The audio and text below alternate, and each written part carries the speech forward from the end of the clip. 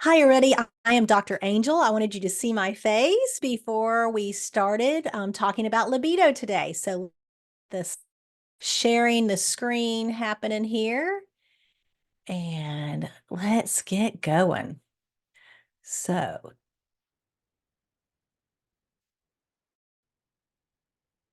oops. Here we go. Revitalize your libido and hormonal secrets to ignite your passion.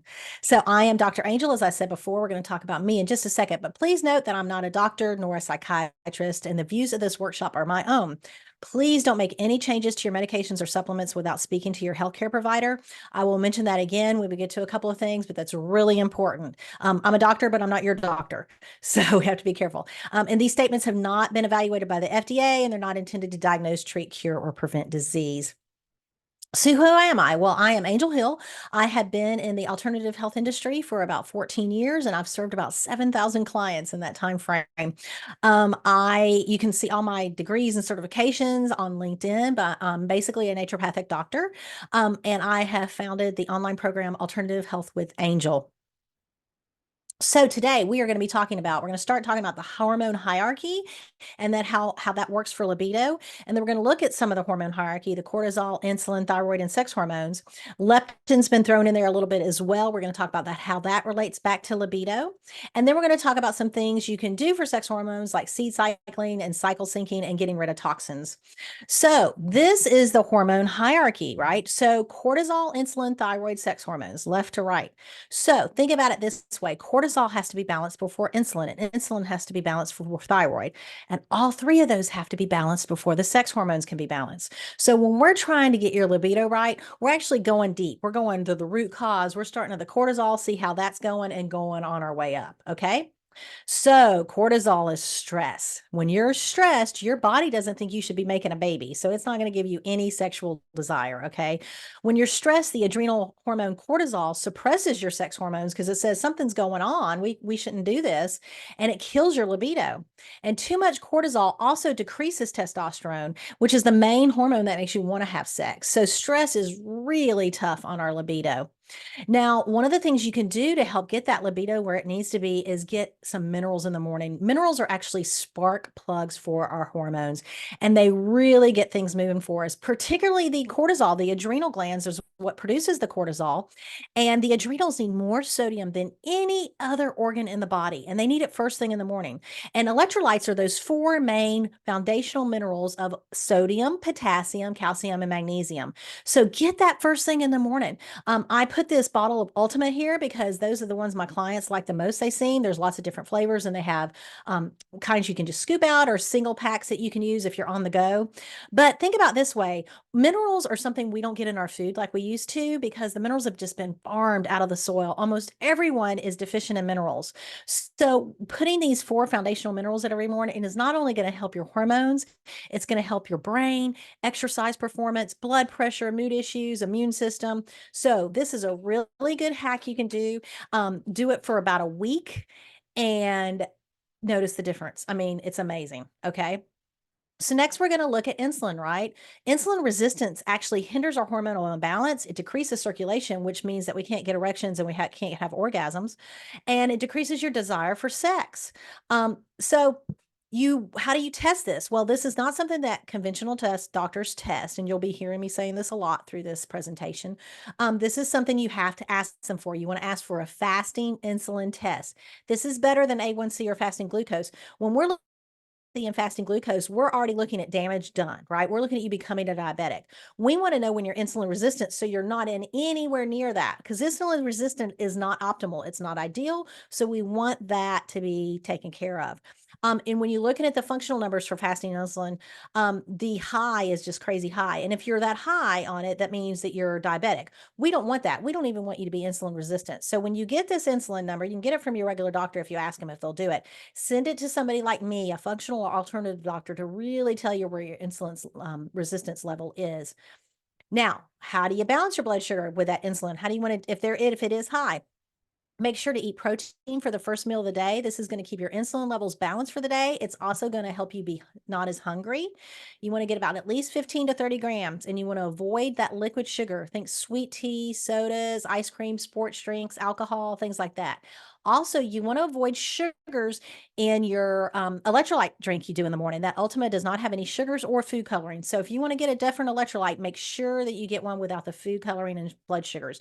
So your blood sugar is just bopping all up and down during the day, and we want to keep it level. Those spikes in blood sugar are what cause problems. So by getting this protein first thing in the morning really makes a difference. And like I said, those liquid sugars are just causing spikes constantly. So stay away from those. Now, leptin is not part of the hormone hierarchy, but it definitely is part of this libido issue. So, when we think of leptin, it's about keeping your body at a normal weight for a long period of time. But when people have leptin resistance, it causes them to be hungry, eat more than they have and their body needs, and it also decreases the libido. This is again something that you don't normally get checked. So, it's an alternative. You'll have to ask your doctor to check you for leptin. And again, send it to a functional or alternative doctor to look at a different way to make sure you're where you need to be with it. But these leptin, it will lower testosterone levels, which will decrease your libido.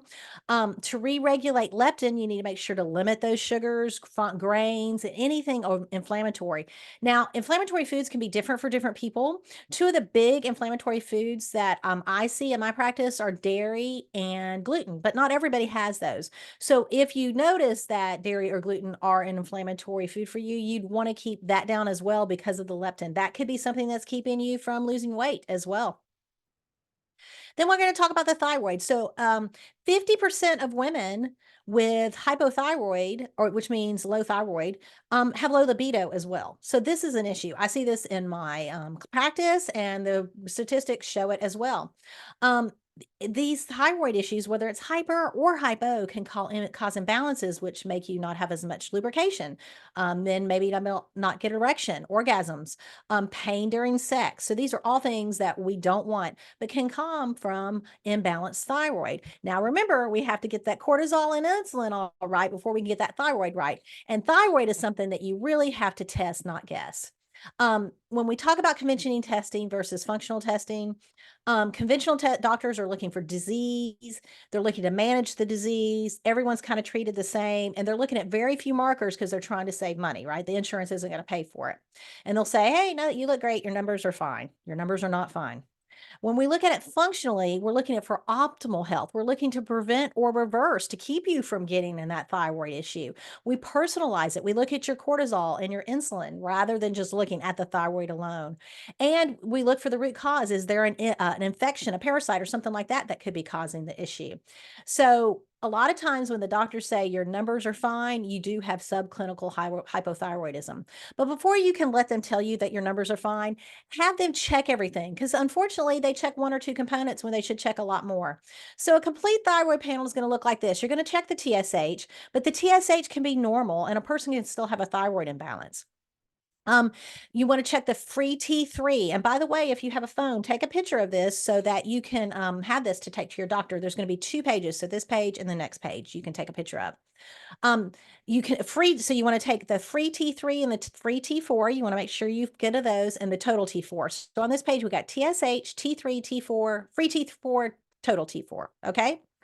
Then you want to look at reverse T3. To me, reverse T3 is where the magic happens. I can look at reverse T3 and see somebody that's about to go into hypo or hyperthyroidism, and we can pull them out. So this is a really key number that I don't see doctors do a lot, but I really like reverse T3 because I can really help change things around. Now, these last two are antibodies, and these are extremely important. If you have an antibody in your body, that means that it's attacking your thyroid and it's trying to kill it. We don't want that.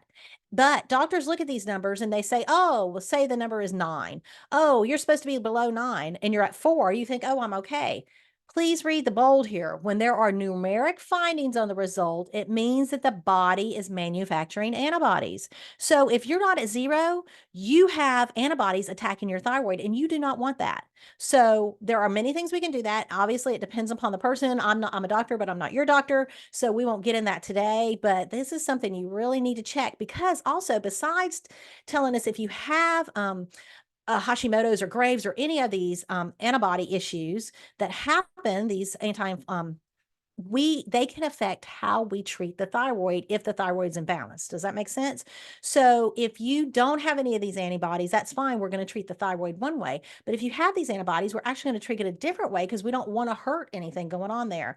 So keep this in mind. You want to get all this tested. Please ask your doctor to test it all and then send it to a functional or a alternative doctor who can actually read it for the functional ranges as well. Now, when we get to the sex hormones here, we're talking about mainly estrogen and testosterone, and they correlate strongly with libido as well. Loss of estrogen can cause vaginal dryness, painful intercourse. Nobody wants to have sex when that happens.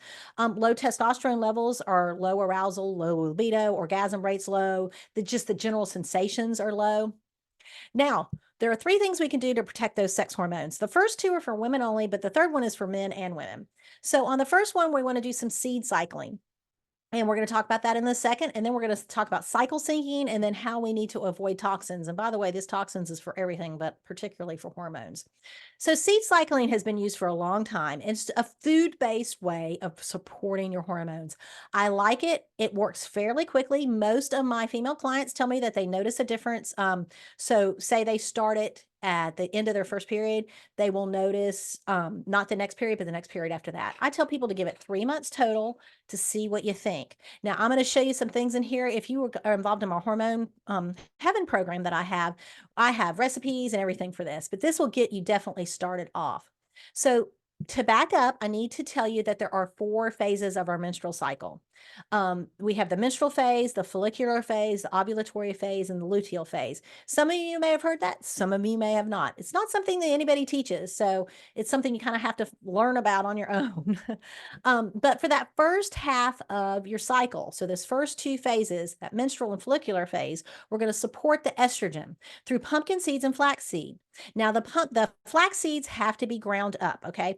So when we eat flax seeds whole, they go straight through us. We get no benefit. But if they're ground up, which you can buy them ground up or you can grind them yourselves, they're phenomenal. And you want 1 tablespoon of each for those first 14 days of your period or thereabout. You can put them in protein shakes, yogurt, salads. As I said before in my program, I have recipes for them. And then during your second half of your cycle, you want to do those sesame and sunflower seeds. This is to support that progesterone during the ovulatory and luteal phases. And again, put them in recipes, use them however it works for you. Now, if you're someone, by the way, who doesn't have a cycle, you'll either want to start on a new moon or a full moon. That is something, watch my social media. I talk about that a lot on social media. Or if you have irregular periods, a lot of my clients have been able to bring their periods back into that 28 to 30-day cycle kind of time frame with seed cycling. So keep that in mind. Next, we're going to talk about cycle syncing here. Excuse me.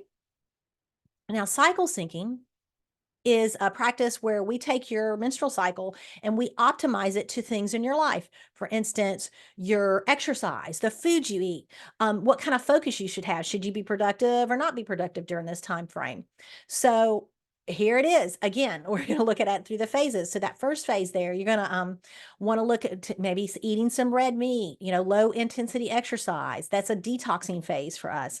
And then this second phase where we're looking at the follicular, we're looking at high intensity exercise and lighter meals, things like that. It's a real productive phase. So if you have a big project that needs to get done, do it between that 6th and 14th day of your cycle. Now, ovulatory cycles are always small for most people. It's like about 3 days. And that is when you're likely to become pregnant. Now, you may not want to become pregnant. That's fine, but you still want your hormones to be balanced. You're going to want to eat colorful fruits. Eating the rainbow during those 3 days are phenomenal for you. And it's when you do the highest intensity exercise as well. So you're really just going at it during that ovulatory phase. Then finally, that last part of the cycle, the luteal phase, is when we'll see PMS symptoms. It's kind of more of a nurture and rest phase. You still want to move, but your movement's going to be more moderate at this point. And you're going to want to eat really balanced meals with good fat because you're going to have cravings, and fat helps you keep from having those cravings. And so does protein. So protein and fat together, think eggs and avocado. There's all kinds of things you can do, but I love eggs and avocado, so I talk about it all the time. So this is just kind of an easy way to set up your days to make sure that you are living within your cycle instead of trying to fight it. And that is amazing for the sex hormones. Now, if you're in my program, sometimes we'll do this and we have to add in some supplements or stuff. At this point, I don't want to talk about supplements because, again, that's so personalized. I really want to kind of keep this not that way because I'm a doctor, but not your doctor. Okay, so now we're going to look at toxins. This is really important. Toxins will actually get into our hormone receptors and pretend there are hormones, and they cause havoc, and it's terrible. I've had clients that gotten toxins out of their lives and they lose weight, they get pregnant. It's amazing the things that happen. So stay away from plastics. Plastics, water bottles, they're everywhere, these plastics. If you have household chemicals, be careful with those. Try to make your own household chemicals. Be careful with plastics and kids' toys, nail polishes, perfumes. We're going to talk about this here. Synthetic fragrances are our number one issue for toxins, as far as I'm concerned, when it comes to hormones. So if you've got something plugged into your wall for fragrance, pull it out now. You do not want that. If you have sprays in the house, get rid of those. Okay. You don't want any kind of synthetic fragrances in your house coming at you all the time. Think about your cleaning supplies and your detergents. Don't throw those out right away. What you need to do is finish those and then go ahead and replace them with non-scented. Even if you can't get, organic or ecologically friendly, you want to get non-scented. That is so important because these synthetic fragrances are really taking havoc on our hormones. When you're cooking, think about putting your food in glass instead of plastic, particularly heated food, because that food will take on the plastic. Now they're saying we can find up to a credit card size worth of plastic in babies. I mean, it's insane. They're finding plastic in an umbilical cord. So we really have to be careful with these plastics. And when you're thinking about synthetic fragrances, thinking about your personal care products too. As those run out, get ones without synthetics. Use organic essential oils. That's a great way if you want to fragrance something, use those instead. Maybe get a water filter and a shower filter. Think about our skin, just takes everything in. And think about mold and pet dander and stuff like that as well. Sometimes that can be a toxin to certain people, particularly mold. You can go to Lowe's or Home Depot and get a mold kit for like less than $20 usually, and that'll give you an idea if there's mold in your house or not. And wrapping back around to synthetic fragrance again, every time I go by a veterinary clinic where they're talking about pets, they talk about putting fragrances on your pets. It is not good for your pet and it is not good for you. So stay away from those fragrances. And you want to look at, if you want more information, the Environmental Working Group. It's ewdg.org. They have a really great resource called Skin Deep. They have all kinds of resources. But Skin Deep is an app you can put on your phone. You can go to Walmart, Target, wherever you're at, and you can actually use the app to tell you red, yellow, or green on the products on how they're going to affect you. Okay, so that's a really good resource. It's easy to use. And once you know what you can use, then it's much quicker when you're at the grocery store. In fact, to save yourself a little time, use the app and then you don't want to buy stuff you don't need. So anyway, I've got another workshop. I'll talk about that. But so to keep in mind for your hormones, we want to get that stress down and that cortisol balanced. We want to eat protein for breakfast and stay away from the liquid sugars for the insulin to keep that insulin well, because that affects libido as well. You want to test your thyroid if you think there's a thyroid issue, because that definitely affects the sex hormones as well. And then we can work on balancing the sex hormones after we've done all of that. This is what I'll walk you through in my Hormone Heaven program. It is a framework that I personalize to you. We start with hair tissue mineral analysis, and I also do functional blood chemistry analysis to figure out exactly what you need. It is text coaching with a few private calls, discounted supplements and functional testing, and it's less than $7 a day. So if this is something you are interested in with me, you can visit alternativehealthwithangel.com. While you're there, if you'd like to just subscribe to my newsletter, you'll get a 9-minute pod on how to get more energy. You can find me on Facebook and Instagram at Alt Health Angel. If you're somebody who's interested in that seed cycling or cycle syncing, things like that, definitely follow me on Facebook and Instagram. I do a lot on there on that. I'm also on LinkedIn. So if you just want to remind you again, particularly when we're talking about the thyroid, do not go off your meds. These statements have not been evaluated by the FDA, do not intended to cure, prevent disease, anything like that. So please keep that in mind. If you have any questions, I'd love for you to reach out for me and ask them. And I so appreciate that you are here today doing that. Thank you so much. And we are going to say goodbye.